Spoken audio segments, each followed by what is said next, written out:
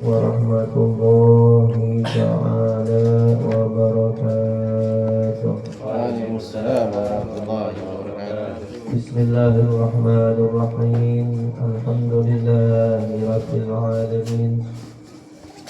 Allahumma salli ala sayyidina Muhammad wa ala ali sayyidina Muhammad.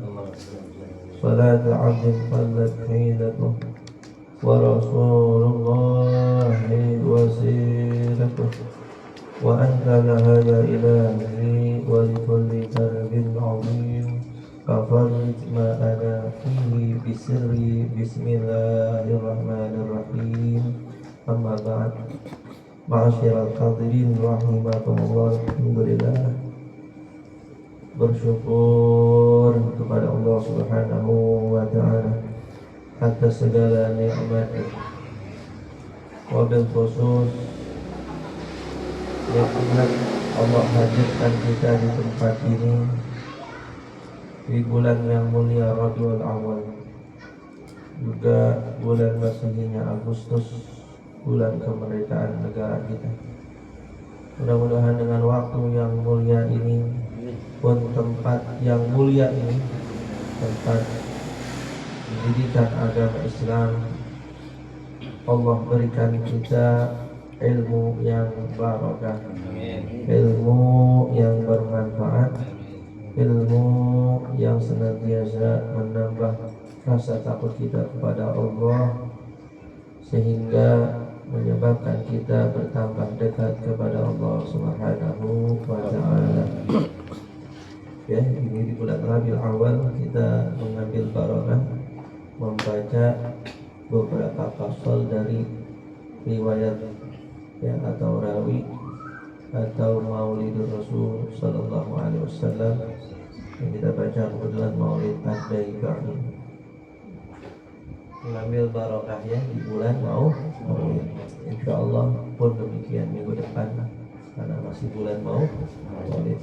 Ya, jadi sebisa mungkin di bulan Maulid kalau ada waktu kita baca Maulid.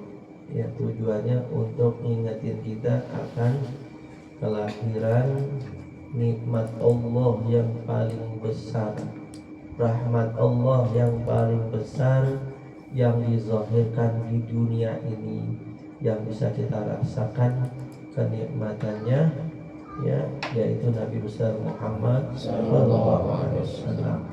Ya, momennya pas bulan Rabiul Awal. Belum tentu tahun depan masih ada gitu.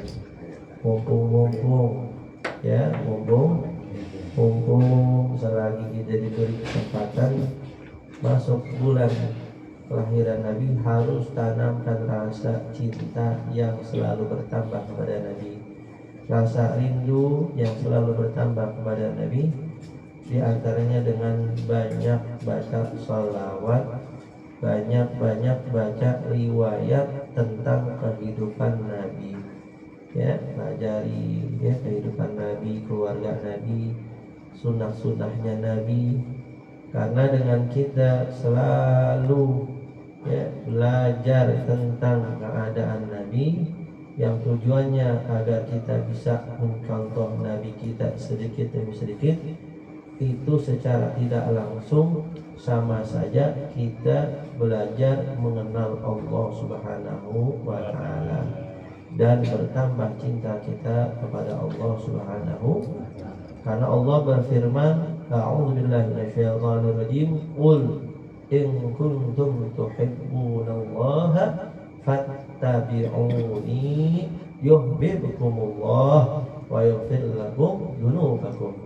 Katakanlah wahai Nabi Muhammad kepada umat, in kuntum, ya, wahai umat, jika kalian itu tuhibbunallah, benar-benar cinta kepada Allah, ya, qul in kuntum, ya, qul in kuntum tuhibbunallaha fattabi'uni, maka ikutilah aku.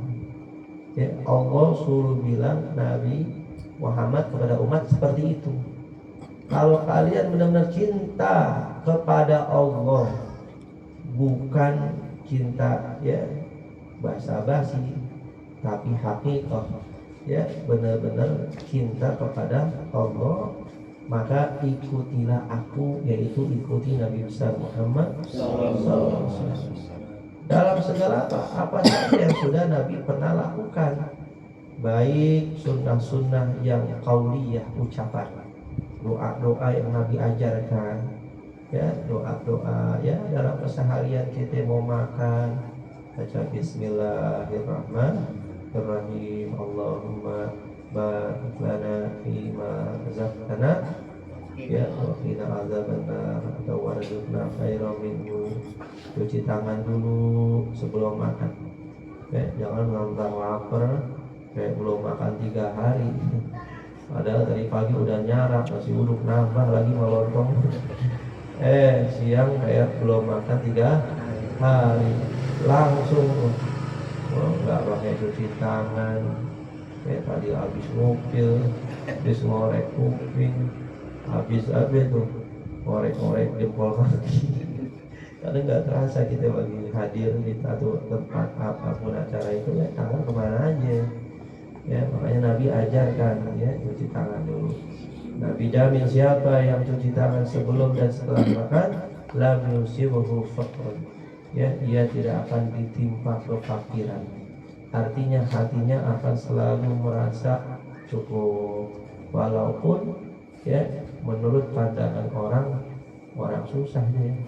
Iya, kerja kagak apa kagak, kerjanya sholat 5 waktu di masjid berjamaah, tapi ada aja ntar ya dapat berkat tahlilan, ya ntar ada aja dapat, ya nggak pernah kita dengar keluh kesah hidupnya, ya padahal kalau dia ceritain keluh kesahnya, waduh sehari semalam nggak selesai itu, ya cuma karena Allah kasih cukup di hatinya, ya akhirnya dia menjadi orang yang bersyukur.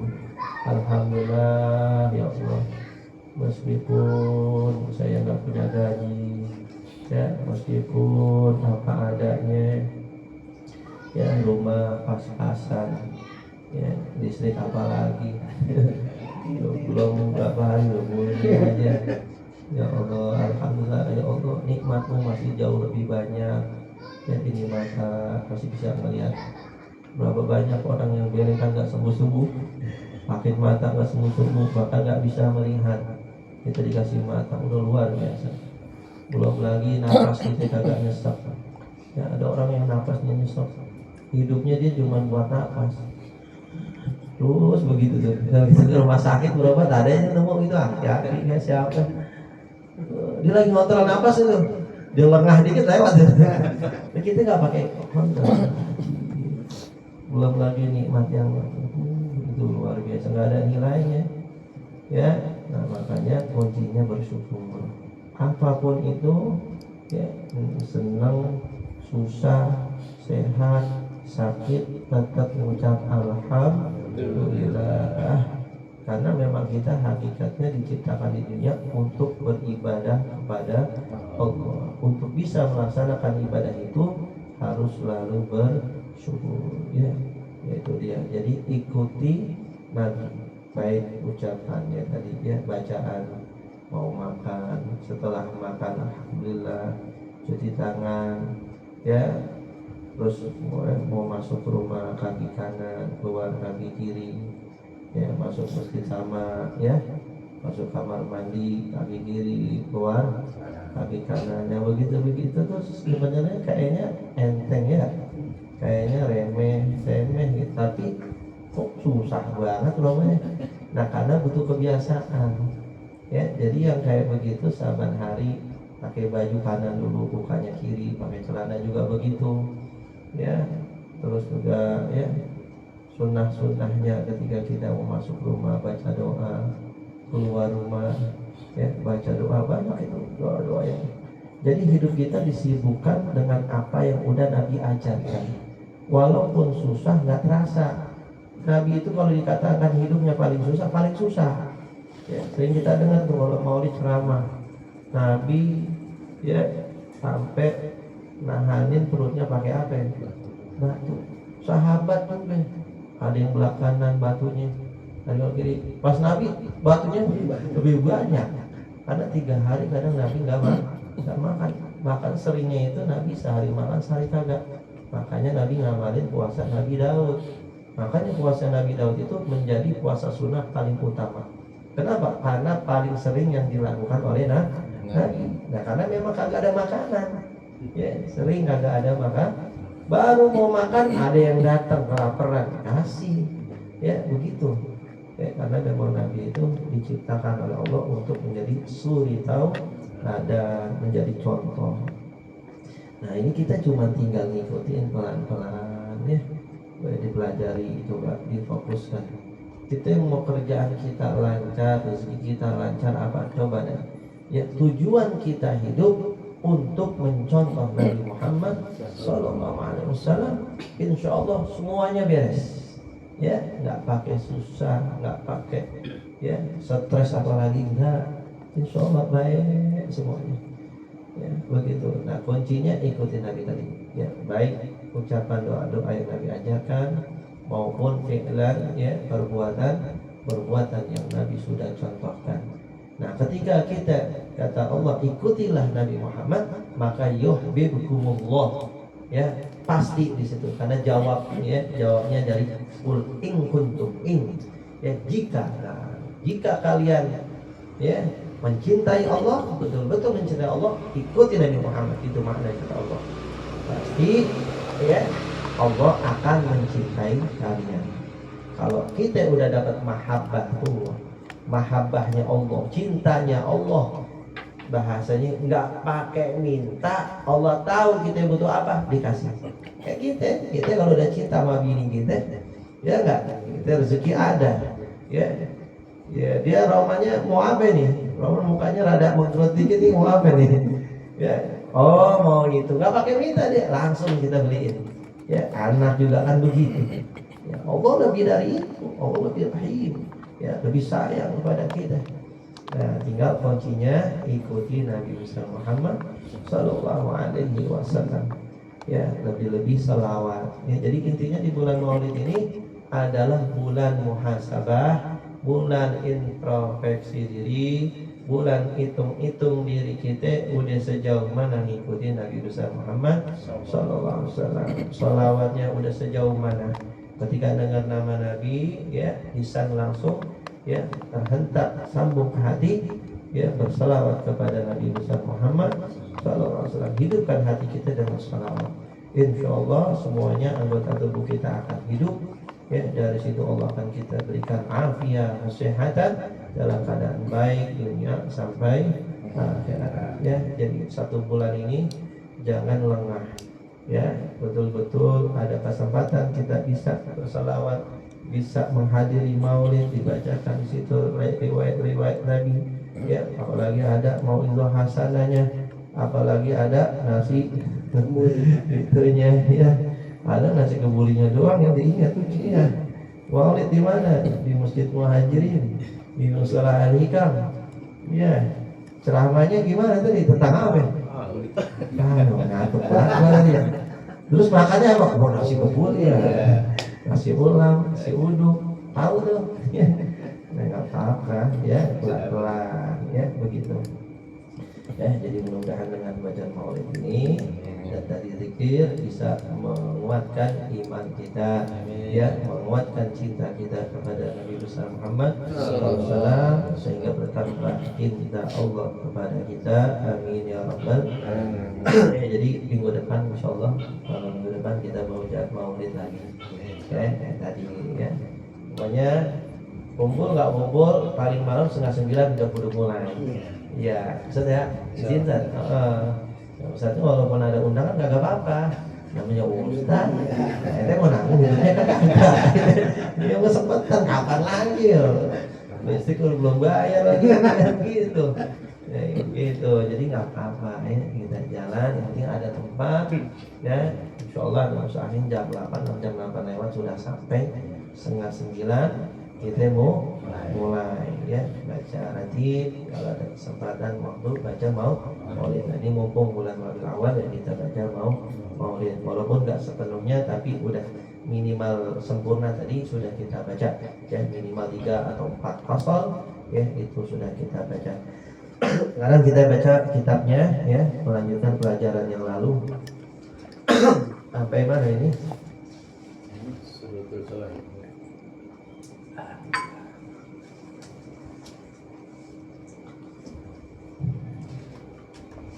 Kemarin sudah selesai masalah Najis. hadis sudah? Sudah itu. Bismillahirrahmanirrahim. Alhamdulillah, Allahumma shalli ala sallim ala sayyidina Muhammad wa ala alihi wa sahbihi ajma'in, amma ba'd. Qala Syekh al-Mu'allif rahimahullah ta'ala wa nafa'ana bihi wa bi ulumihi wa bikum fid dharain ya rabbal alamin. Wa min syurutis salati istiqbalul kiblati, ya betul. Lanjutannya itu ya. Berkata pengarang kitab ini al-alama al-habibullah bis-sayyid al-tahmid rahimahullah bil abrar radhiyallahu anhu. Wa min, dan di antara, ya, min maknanya itu dari, dan dari. Nah, syurutis shalah, ya, syarat-syaratnya shalat. Jadi kalau diartikan secara bahasa Indonesia baik, dan di antara syarat-syarat ya salat itu adalah istiqbalun kiblati, yakni menghadap kiblat ya. Wajib menurut mazhab kita al-Imam Syafi'i ya, al-Imam ya, Muhammad bin Idris namanya ya, radhiyallahu anhu, itu betul-betul kiblatnya yang kita hadap, Ka'bahnya, kagak boleh arah. Jadi kalau arah mungkin di Indonesia ini berarti arahnya kemana? Barat ya, barat. Cuma kalau ke barat doang itu kalau digarisin lurus kagak kena Ka'bahnya, arahnya betul barat kiblat. Cuma kalau Imam Syafi'i itu maksud kita kudu nyerong kanan dikit. Berapa derajat ya? Kisaran berapa derajat Anda lupa tuh. Boleh nanti antum cari tuh. Nah, ketika diserong kanan dikit, nah itu lurus mentok kena Ka'bah. Nah, kudu begitu tuh. Ya. Tidak cukup arahnya saja. Ini pendapat paling utama. Yang ya kuat. Berarti ada pendapat yang tidak muktamad. Artinya apa? Masih ada pendapat ya di situ arahnya kagak apa-apa. Gitu. Apalagi mazhab lain arah aja jadi, nggak kudu ainul Ka'bahnya, nggak kudu Ka'bahnya pas itu, nggak. Ya, arah cukup mazhab lain. Nah, dalam mazhab Syafi'i pendapat yang paling dikukuhkan harus ya betul-betul mengarah ke Ka'bah, tidak boleh ke arah. Begitu. Tapi ada pendapat dhaif ya, bukan muktamad, itu masih ada yang mengatakan boleh. Begitu.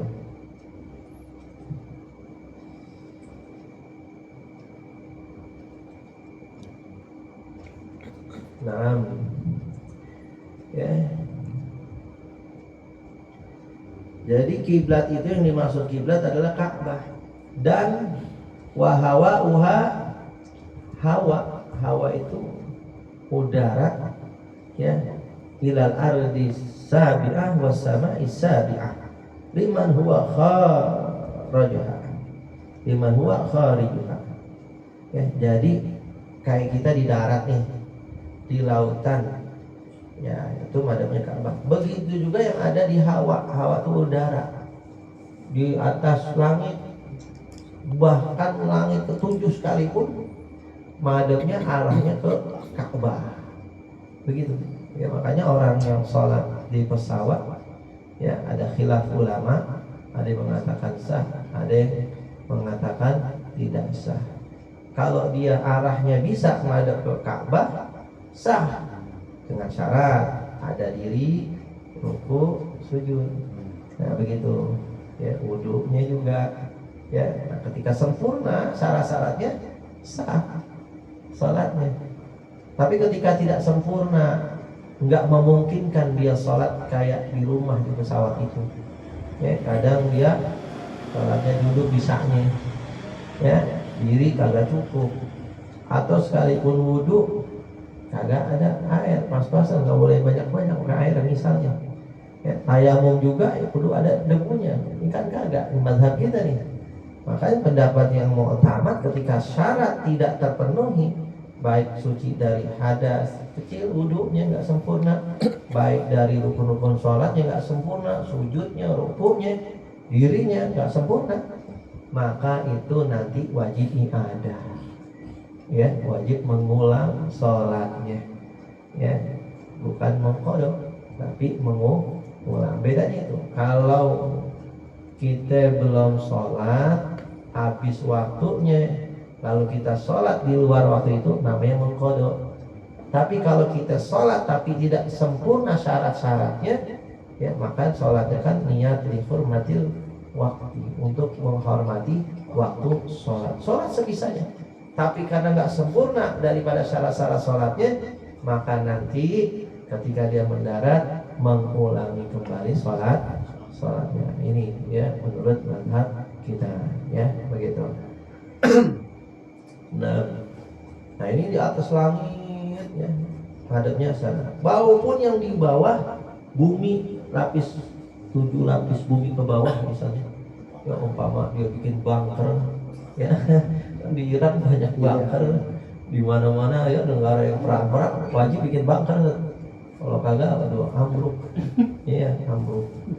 Nah itu sejauh berapa stad misalnya, tetap arah kiblatnya ke Ka'bah.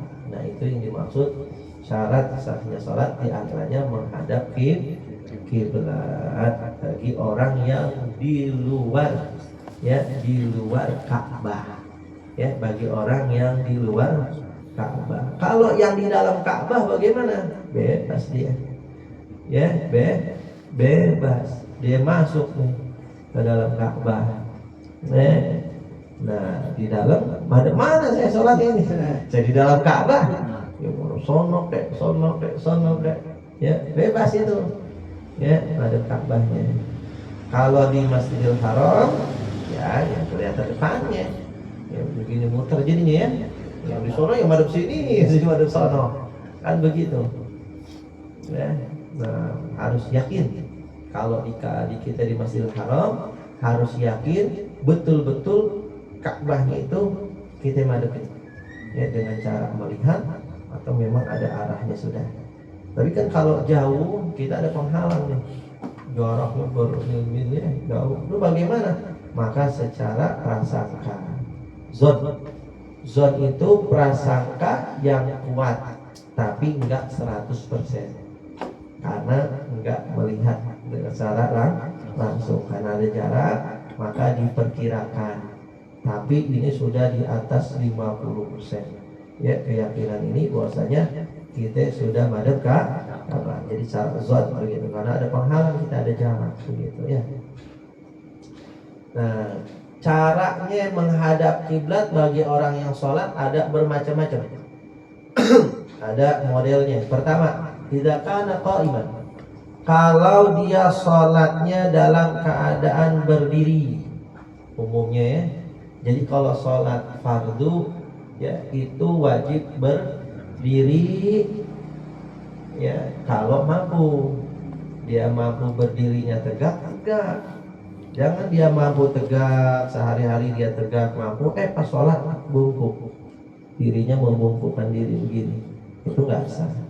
Ya, jadi wajib hukumnya berdiri secara tegak kalau memang mampu tegak, jika mampu, ya, dalam sholat fardu. Nah kalau sholat sunnah, ya nggak apa-apa dia pilih duduk. Dia mampu berdiri, cuman kebangetan capek, ya, bisa jadi panitia 17-an, enggak, ya, enggak duduk-duduk, mondar-mandir orang hajatan, ya, biasa maklum kedua panitia. Akhirnya pas sholat yang wajib dia bisa, ya, dia bisa-bisain deh, orang masih sanggup berdiri, padahal kaki udah gemeter, ya. Tapi yang sunnah nih, qobliyah ba'diyah, karena ini orang masya Allah, ya, dia sudah sampai derajat di mana 5 waktu rapi dan dilatih sholat sunnah qobliyah ba'diyahnya nggak pernah tinggal. Nah, saya duduk dah. Nah itu nggak apa-apa kalau sholat sunnah. ya. Atau duduk juga capek banget pinggang, ya udah tidur miring gitu ya. Jadi kalau tidur miring sholatnya ya duduk dulu, Allahu Akbar, duduk di bawah gitu ya. Habis Allahu Akbar dia baca iftitah Fatihah sama suratnya, baru tidur miring kayak dia liang lahat gitu. Terus mau ruku, habis surat selesai dia bangun duduk, Allahu Akbar, dia ruku model begini dah, Bismillahirrahmanirrahim hamidah. Ya, dia mau sujud, ya mampu sujud, langsung sujud, duduk, sujud lagi, bangun rakaat kedua, Allahu Akbar, tidur miring lagi. Ya, nah itu caranya. Nah itu boleh tuh, sholat sunnah, ya kita mampu berdiri, kita mampu duduk, kita pilih tidur miring. Padahal duduk mampu, berdiri mampu, kita pilih tidur miring. Cuman pahalanya ya bukan setengah lagi, seberapa? Seperempat kali ya.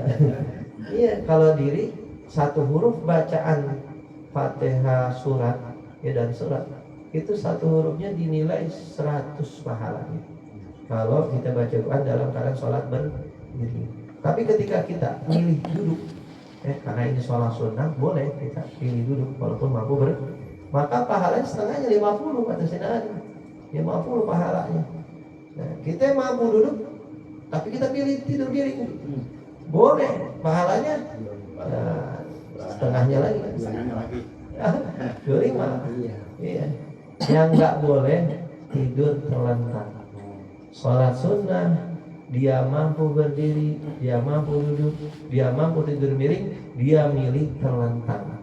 Terlentang tuh kakinya sono, ya, kepala di sini. Nah itu terlentang dah. Itu kenapa nggak sah? Karena dianggap kagak ada usaha, ya, kecuali emang nggak mampu sama sekali baru. Ya, kalau sholat sunnah dia bolehnya mentoknya sampai tidur miring, karena tidur miring pun masih ada bangunnya, gitu. Tapi kalau terlentang nggak ada bangun-bangunnya tuh. Ibaratnya, wah udah kebangetan malas lo ya. Iya, sholat aja malas kan gitu. Ya, nah, cuman untuk melatih kita istiqomah ya, qobliyah ba'diyah sunnah-sunnah. Ya, gimana caranya nggak ketinggalan, kali capek diri ya duduk dan begitu. Ya ada cara-caranya. Nah yang pertama, kalau dia sholatnya berdiri, ya au qaidan, atau sholatnya duduk, baik duduk pakai bangku atau duduk ya deprok di bawah, begitu ya. Nah itu fabis sadri, maka menghadap kiblatnya dengan menggunakan dadanya. Sadarnya ini selama sholat sampai salam itu nggak boleh berpaling dari kiblat. Jadi Allah Akbar. Udah ini. Sekalipun mukanya madep sono, paling ada apa jatuh dia lihat begitu ya. Ya pas lihat janda lewat ternyata. Atau ada cicak ya. Yang penting dadanya jangan nyerong. Dadanya nyerong aja batal ya. Karena syarat sahnya salat adalah menghadap kiblat. Ya, jadi kalau salatnya diri ataupun duduk itu ya kiblatnya itu menghadapnya pakai dada. Makanya kalau kita salam tuh jangan ngiring. Assalamualaikum warahmatullahi. Batal ini karena dianggap dadanya sudah ya, ikut berpaling dari kiblat. Ya, jadi noleh itu sunnah. Cuman jangan sampai gara-gara ya salah dalam melaksanakan sunnah ya itu jadi batal gitu ya. Gitu. Jangan sampai ngikut dadanya ya, begitu. Paham tuh ya? Kalau sholat yang berdiri atau duduk maka menghadap kiblatnya menggunakan dada. Yang kedua, idza kana muttaji'an fa bil wajhi. Kalau sholatnya muttaji' tidur miring, ya tadi udah dicontohin ya, tidur miring itu fabil wajhi, maka kiblatnya pakai wajah kita. Ya, jadi kita sholat duduk dulu, Allahu Akbar. Nah langsung kita tidur miring. Nah ini wajahnya harus tuh pada kiblat. Dia begini aja, Batal itu. Iya, dia berpaling berarti kan? Wajahnya bisa batal. Nah itu patokannya menghadap kiblat kalau tidur miring pakai wajah. Yang ketiga, idza kana mustalqiyan fa bi akhmasai qadamaihi. Jika dia salatnya mustalqi ya adalah terlentang gitu ya. Itu menghadap kiblatnya fa bi akhmasai dengan menggunakan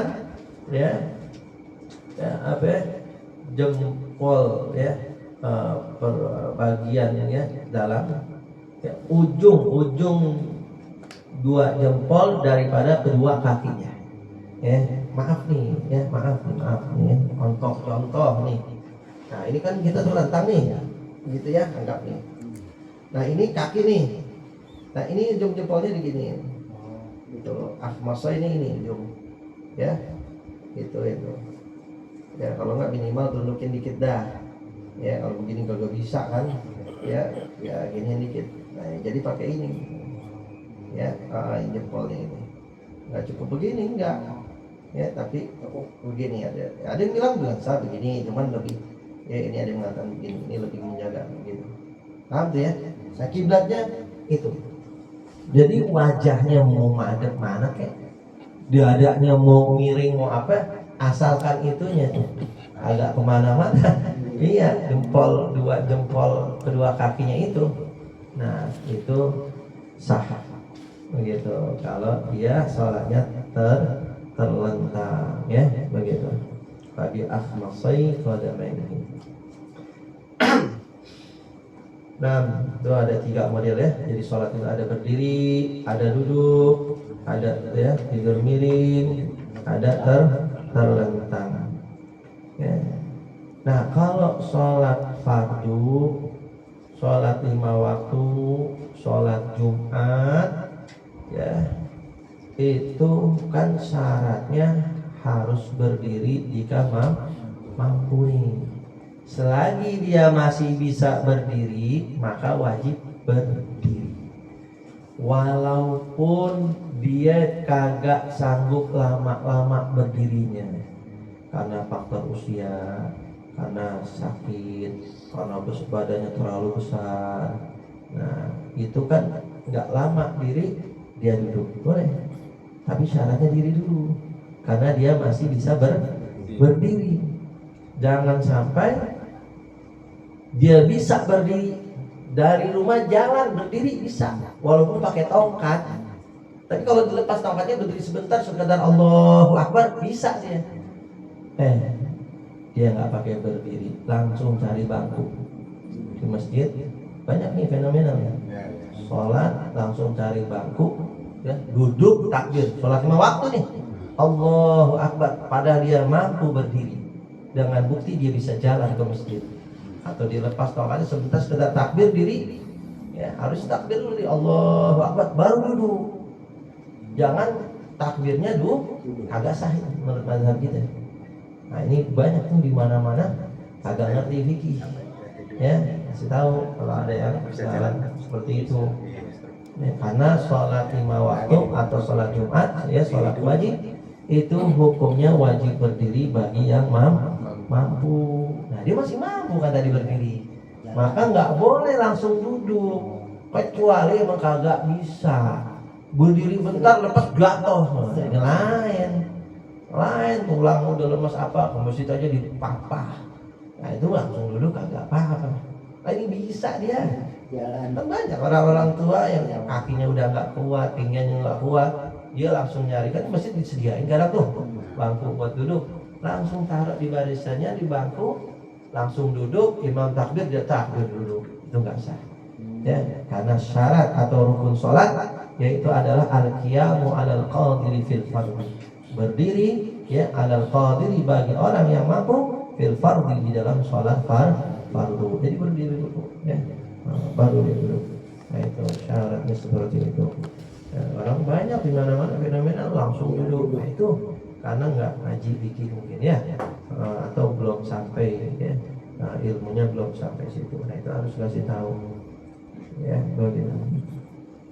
Wa yajuzu tarsul qiblah fi halatain. Boleh hukumnya, ini saya baca syarahnya nggak apa-apa ya. Boleh hukumnya meninggalkan menghadap kiblat dalam dua keadaan. Ya, jadi tadi kan syaratnya sholat itu harus menghadap kiblat. Ternyata ada dua keadaan yang ngebolehin dia ketika sholat kagak madep kiblat. Yang pertama, fi sholati syiddatil khauf, di dalam sholat syiddatil khauf, dalam keadaan lagi genting, keadaan sangat takut, ya, keadaan yang lagi kacau, ya. Nah, apa saja tuh keadaan yang itu? Misalnya, ya, dia lagi sholat Allahu Akbar, ya, dia naruh tasnya dicomot orang, dia naruh HP depan comot orang, kan kalau kita kejar. Maka dikejar udah mana-mana baik itu, provokasi ya, itu nggak apa-apa dah. Kita tangkep, ya, ikat kembalinya, kita balik lagi pada kiblat, sholat terusin. Begitu tuh, syiddatul khauf namanya, keadaan lagi genting, ya, lagi sholat, gempa, goyang, jangan pakai sosok khusus deh. Jatuh ambruk, mati, utang belum lunas ini, hati. Orang yang mati syahid aja, perang dituncep mati, itu dosanya semua diambilin kecuali utang. Kata kita sosokan khusyuk Allah, ya. Aduh gempa ketahan, kabur, keluar, lanjutin keluar. Itu genting soalnya, namanya syiddatul khauf. Nggak apa-apa dia nggak benar kiblat, ya, atau kebakaran, ya, atau perang, ya. Allah Akbar, musuh datang, wah, sholat ya. Ya itu pakai isyarat kalau ketika rukunya, sujudnya, kalau nggak mampu, ya, kalau di laut, ya, kapalnya pecah air, mau berenang, waktu sholat udah mau habis, ya, sholat sambil berenang, pada kemana we, syiddatul khauf. Nah itu keadaan pertama yang bolehin enggak menghadap kiblat, ya, dalam keadaan genting, baik sholat fardu maupun sholat sunnah. Yang kedua, ya, fina filati safaril mubah, di dalam sholat sunnah, ya, dalam perjalanan yang mubah, ya, di dalam sholat sunnah, ya, di dalam melakukan sholat sunnah ketika melakukan safar, ya, perjalanan yang mubah, arti perjalanan yang bukan maksiat. Karena safar ini kita musafir nih, ya, macam-macam tujuannya. Ada yang mau ibadah, ada yang mau jual beli yang mubah-mubah, bukan yang haram. Ya, ada orang yang dia melakukan perjalanan buat nipu orang, ya, buat maksiat, ya, misalnya mau ngapain lah, maksiat macam-macam. Nah itu berarti perjalanan maksiat, maka nggak bisa ini digunakan. Nah ini perjalanannya yang mubah, yang tidak haram, ya. Nah yang bolehnya pun hanya sholat sunnah, bukan sholat wajib, begitu. Ya, terkadang perjalanan itu, ya, berjalan kaki, terkadang juga berkendaraan, ya. Nah apabila dia berjalan kaki, wajib menghadap kiblat di 4 rukun, ya, yaitu ketika takbiratul ihram, ketika dia jalan kaki, saya mau sholat sunnah, tadi belum sholat duha, ya, jalan zaman dulu kan jalan, ya, sekarang kan ogah. Iya, hanya semurat mulu, jarang gerak, ya. Ini jalan kaki dulu. Nah itu ketika mau sholat duha sambil musafir jalan kaki bisa. Yang penting menghadap kiblat di 4 rukun. Pertama takbiratul ihram, Allah, di hati aku niat sholat sunnah duha 2 rakaat karena Allahu Akbar. Habis itu dia nggak menghadap kiblat, kemana wae. Akbar kabir walhamdulillahi surah, baca Fatihah, baca wadduha, ya, wasyamsi wadduha, terus menghadap mana aja tuh. Nah, ntar ketika ruku harus tahu kiblat, ya. Ketika ruku, kita sono, menghadap kiblat lagi. Ruku Allahu Akbar, ya. Tidak sami Allahu liman hamidah. Nah itu boleh, ya. Cuman harus ada tumakninah, ya udah, tidak makan sebentar, ya. Nah, sujud yang ketiga. Ya, pertama takbiratul ihram, rukuk, sujud dan duduk di antara dua sujud harus menghadap kiblat. Jadi ketika dia rukuk kiblat, sujud juga menghadap kiblat, dia duduk menghadap kiblat, sujud lagi, dia diri lagi Allahu Akbar, nah yang lagi jalan. Gitu. Boleh sholat berjalan. Cuma jadi praktekin di sini kata orang gila. Kan orang bikin status foto, ya. Orang gila aja masih ingat Allah. Gimana nih yang nggak gila, banyak yang nggak ingat Allah. Padahal bukan orang gila itu, orang yang lagi ngamalin ilmu, ya. Nah kalau di sini mah, ya ini cuma ilmu ini ada. Memang Nabi praktekkan, ya. Nabi praktekkan cuma di atas kendaraan, ya. Nah, itu berjalan juga bisa. Ya, jadi kalau dia berjalan kaki musafirnya, safarnya, maka ya harus menghadap kiblat di 4 rukun, yaitu takbiratul ihram, rukuk, sujud dan duduk di antara dua sujud. Begitu. Apabila berkendaraan sekarang, ya, jadi berkendaraan kita lagi naik kereta, naik bis, naik kuda, naik onta, naik motor. Itu yang boleh sholat di atas kendaraan hanya sholat sunnah. Ingat ini, bukan sholat fardu. Kecuali sempurna syarat-syaratnya. Dia naik pesawat tadi, dia naik bis, dia naik kereta, ada tempat sholat. Yang mana memang itu kendaraan kiblatnya udah madepnya, karena ini jalanan lurus aja nih. Ini kereta diprediksi ya 10 menit lurus, kita bisa tahu cari kiblat mana. Berarti nggak berubah arahnya. Pesawat juga begitu, kapal laut ya juga begitu. Wah ini 10 menit aja minimal kan sholat ya, umumnya 5 sampai 10 menit. Dia nggak berubah arahnya, kita tentuin cari kiblat pakai kompas mana nih kosong. Sholat sempurna, dia bisa berdiri, bisa ruku, sujud, kiblat nggak berubah. Nah itu mah boleh sah sholat di atas kendaraan. Nah ini gambarannya ya, sholat fardu dia nggak bisa sempurna menghadap kiblatnya, ruku segala macamnya, maka tidak dibolehin kecuali darurat tadi untuk menghormati waktu ya. Nah yang boleh sah adalah sholat sunnah itu ya, sholat di atas kendaraan. Nah, ketika safar di atas kendaraan, yang dia wajib menghadap kiblat yaitu adalah ketika takbiratul ihram jika mudah baginya. Ya, dia Allahu Akbar, dia tahu kiblat mudah, maka wajib menghadap kiblat di atas kendaraan. Misal naik kontak, naik kontak tuh. Nah, ini bisa nih menghadap kiblat takbiratul ihram nih, ya udah. Atau ontanya diarahin dulu bisa, ya udah. Tapi kalau diarahin nggak bisa, ini bukan menghadap kiblat, ya udah berarti menghadap mana aja takbiratul ihramnya. Kalau itu sholat di atas kendaraan, ini mobil, ini arah mana kiblat? Kiblat sana, mobil arah sana, gimana nih? Sholat sunnah boleh, karena susah dia mencari kiblat. Ya, sholat sunnah boleh. Wa illam ya yazal alaihi fala yajlis wa amal fardhu walau nadhran aw janazatan fala yusallihi rakibatu.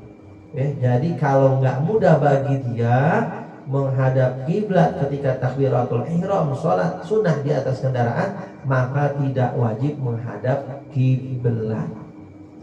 Ya jadi udah menghadap mana ya, jadi sholat yang sah di atas kendaraan itu adalah ya sholat sunnah. Ingat nih, karena banyak orang salah paham sholat wajib ya kendaraan. Ya harus syarat-syaratnya sempurna, kan nggak bisa dia. Nah kalau sholat sunnah ya jika nggak mudah madhab kiblat ya sudah madhab mana saja. Ya duduknya madhab situ ya situ udah sholatnya, sholat sunnah. Adapun sholat fardu wa amal fardu walau nadhran aw janazatan. Ya adapun sholat fardu ya walaupun tuh sholatnya sholat nazar. Sholat fardu kan ada sholat 5 waktu, ada sholat Jumat, atau sholat sunnah dinazarin semuanya jadi fardu itu. Ya Allah, kalau nih hari ada yang beliin listrik, token listrik, ya ada yang ya beliin listrik, terus sedih banget di sini karena dia kalau pakai bunyi, kan malu tetangga ya. Ini mana tengah malam ini, kagak bilang-bilang, bunyi. Ya, dia ngomong tuh malam hari, ya Allah, kalau nih malam ada rezeki ya untuk bisa beli token listrik, maka saya bernazar ingin sholat sunnah duha besok 12 rakaat. Kan maksimal 12 rakaat. Ya, jarang-jarang saya 2 paling banyak 4. Ini 12 ini. Kencang ya, mau ada maunya. Ya, orang bakhil gitu. Beramal itu biasanya kalau ada maunya dinazarin dia. Ya, sholat duha. Kebetulan dia di atas kendaraan. Nah, itu kan sholat duhanya jadi nazar. Jadi wajib, maka nggak sah sholat ya sunnah yang dinazarkan yang jadi wajib tersebut di atas kendaraan jika tidak terpenuhi syarat-syarat sahnya sholat, seperti menghadap kiblat nggak bisa, ya sudah nggak sah, harus betul-betul ya di luar itu. Walau jenazah, sekalipun sholat jenazah kan fardu kifayah, bukan fardu ain. Fardu kifayah itu maksudnya sekiranya udah ada yang ngerjain ya seorang aja laki-laki gitu, satu orang aja di ngerjain sholatin tuh, maka ya yang lain nggak ngerjain kagak dosa. Ya umpama ada yang meninggal ya, yang meninggal ini dibenci sama orang-orang karena hidupnya ya hampir nggak kelihatan kebaikannya, ya omongannya nggak enak, tingkah lakunya nggak enak, meninggal. Akhirnya orang bersyukur, syukurin akhirnya mati juga tuh, gitu kan? Nah, tak ada satu orang soleh, yang lain nggak mau nyolatin, oh enggak mau nyolatin, ya ada satu orang soleh dia tetap sholatkan, karena Nabi perintahkan siapapun dia selama dia mengaku beriman kepada Allah, walaupun nggak ada amalnya, iman doang modelnya, maka sholatkanlah, ya maka sholat. Ya, Nabi itu pernah ada ya salah satu sahabat yang dia meninggal dalam keadaan punya hutang. Nabi nggak mau sholatin, nyuruh sahabat lain tapi sholatin. Ya artinya saking pentingnya itu. Ya artinya wajib. Ada orang satu orang nyolatin. Nah maka sekampung nggak kena dosa gara-gara orang seorang ini yang mau nyolatin. Kok kagak ada yang mau semuanya? Sekampung doh. Dosa itu namanya fardu kifayah. Nah, sholat jenazah itu misalnya, maka itu juga nggak sah di atas kendaraan. Nah, fala yusalli, maka tidak ya boleh sholat dia itu rakiban ya, dalam keadaan berkendaraan, wala masyian, dan juga tidak boleh dalam keadaan berjalan. Kalau sholat itu sholat fardu ya, ataupun sholat nazar, ataupun sholat ya jenazah yang hukumnya fardu kifayah. Ya begitu. Wa ini istaqbalal qiblata wa tala safaru, ya sekalipun di sini dia ya bisa menghadap kiblat dan lama safarnya ya. Jadi kalau sholat di atas kendaraan ya pastinya banyak tidak sempurna, rukuknya susah ya, wujudnya ya begitu. Kalau ini kan gambaran kendaraan zaman dulu ya paling onta, ya paling kuda. Kalau sekarang kan udah banyak ya macam-macam kapal laut, tempatnya lega bisa. Seperti itu ya, karena sudah larut malam ya, dengan alamat guru kita udah ngantuk, pagi nyari nafkah, malam masih ada undangan, suruh ngaji lagi, berangkatan ini kita. Iya.